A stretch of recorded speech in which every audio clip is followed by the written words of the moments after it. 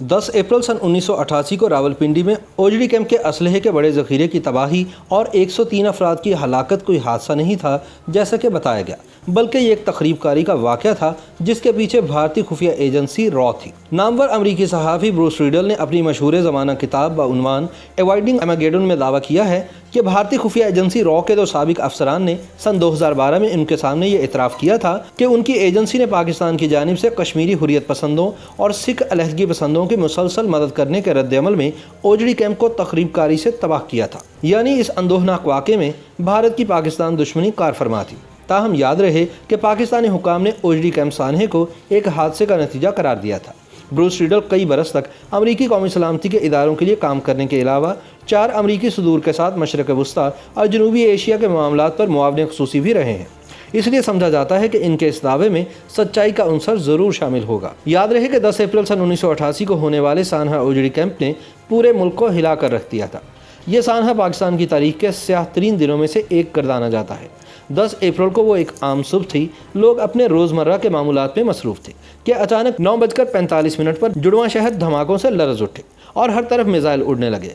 ऐसा लगा जैसे दुश्मन ने वफाकी दारुल हुकूमत को चारों तरफ से घेर कर मिसाइलों की बारिश कर दी हो। आनन फानन पूरे कैंप में आग के अलाव भड़कने लगे। धमाके पर धमाके हुए। इस हादसे में सरकारी आदाद शुमार के मुताबिक 103 अफराद जाँ बहक जबकि 1300 से ज़ायद ज़ख्मी हुए, मगर गैर सरकारी अंदाज़ों के मुताबिक जाँ बहक होने वालों की तादाद इससे कहीं ज़्यादा थी। इस अफसोसनाक हादसे को 32 बरस गुजर चुके, लेकिन इन 3 अशरों में ओजड़ी कैंप सानहे के बारे में पाकिस्तान के किसी इदारे ने आवाम को पूरे सच से आगाह नहीं किया।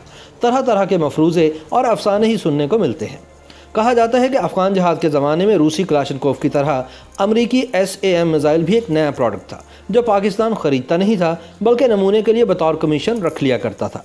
यही वजह थी कि अमरीकियों के इसरार के बावजूद जनरल ज़ियाउल हक ने इनको अफ़गानी मुजाहिदीन से डायरेक्ट डील की इजाज़त नहीं दी थी, बल्कि इनके इस्तेमाल के लिए लाया जाने वाला जदीद असलहा पहले इस्लामाबाद के मुज़ाफ़ात ओजड़ी कैंप में डंप किया जाता और फिर वहाँ से बाकफ़ायत आगे तरसील होती। अमरीका को सब खबर थी, मगर वो मसलहतन खामोश रहा।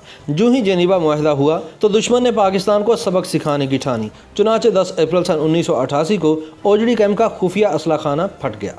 सैकड़ों साम मिसाइल दूर दूर तक उड़कर गिरे। इसी दौरान शाहिद खाकान अब्बासी के वालिद और तब के वफाकी वज़ीर खाकान अब्बासी मरी से रावलपिंडी आते हुए अपनी कार पर मिसाइल लगने से जाँ बहक हो गए। इस अंदोहनाक वाक़े के 2 दिन बाद उस वक्त के वज़ीर आज़म मोहम्मद खान जुनेजो ने लेफ्टिनेंट जनरल इमरानुल्लाह खान की सरबराही में 2 रुकनी कमीशन कायम किया, जिसे असलहा डिपो में आग लगने के असबाब और ज़िम्मेदारान का तयन करके 10 दिन में रिपोर्ट पेश करने का कहा गया। कमीशन ने अपनी रिपोर्ट 22 अप्रैल सन 1988 को पेश कर दी, मगर ये कभी आवाम के सामने आई, ना ही कौमी असम्बली के रिकॉर्ड पर लाई गई। बाद 5 अरकान पर मुश्तमिल एक वजारती कमेटी कायम की गई, जिसने रिपोर्ट का जायज़ा लेकर इस पर अमल दरामद के लिए सिफारिशात तैयार करना थी। इस कमेटी के चेयरमैन असलम खटक थे। उस वक्त ऐसा भी कहा गया कि वज़ीर दिफा असलम खटक ने सदर ज़िया को बताया था कि वज़ीर आज़म जुनेजो ओजड़ी कैंप की तहकीकात की रोशनी में इनके 2 पसंदीदा जर्नैलों यानी अख्तर अब्दुर्रहमान और हमीद गुल की छुट्टी करवाना चाह रहे हैं, जिनको इस सानहे का ज़िम्मेदार करार दिया जा रहा है। जब कमेटी की रिपोर्ट के मंदरजात जनरल ज़िया तक पहुँचे तो उसने अपने फ़ौजी रफ़ाक़ा का साथ देने का फ़ैसला किया और सानहे के ज़िम्मेदारों के खिलाफ कार्रवाई के हामी वज़ीर आज़म मोहम्मद खान जुनेजो को बरतरफ करके घर भेज दिया।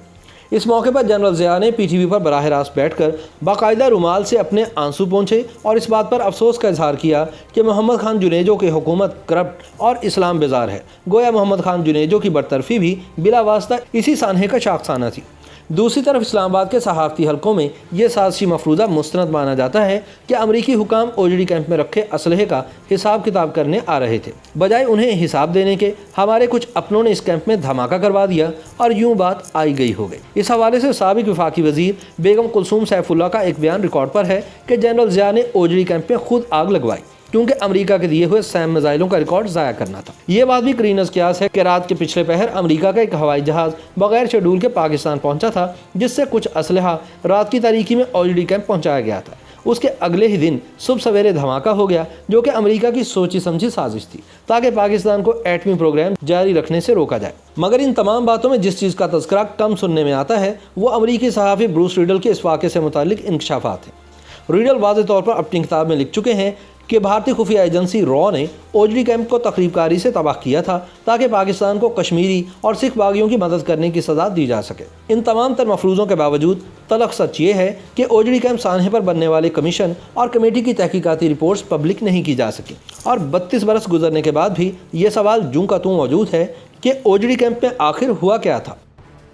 YouTube پر گوگلی نیوز دیکھنے کے لیے youtube.com کی سرچ بار میں googly news T V type کریں۔ گوگلی نیوز کے پیج پر سرخ رنگ کے سبسکرپشن والے بٹن پر کلک کرنا نہ بھولیے۔ YouTube پیج پر اپلوڈ ہونے والی ویڈیوز سے باخبر رہنے کے لیے بیل آئیکن پر کلک کیجیے۔ آپ کو ہر نئی ویڈیو کے بارے میں نوٹیفیکیشن موصول ہو جائے گا۔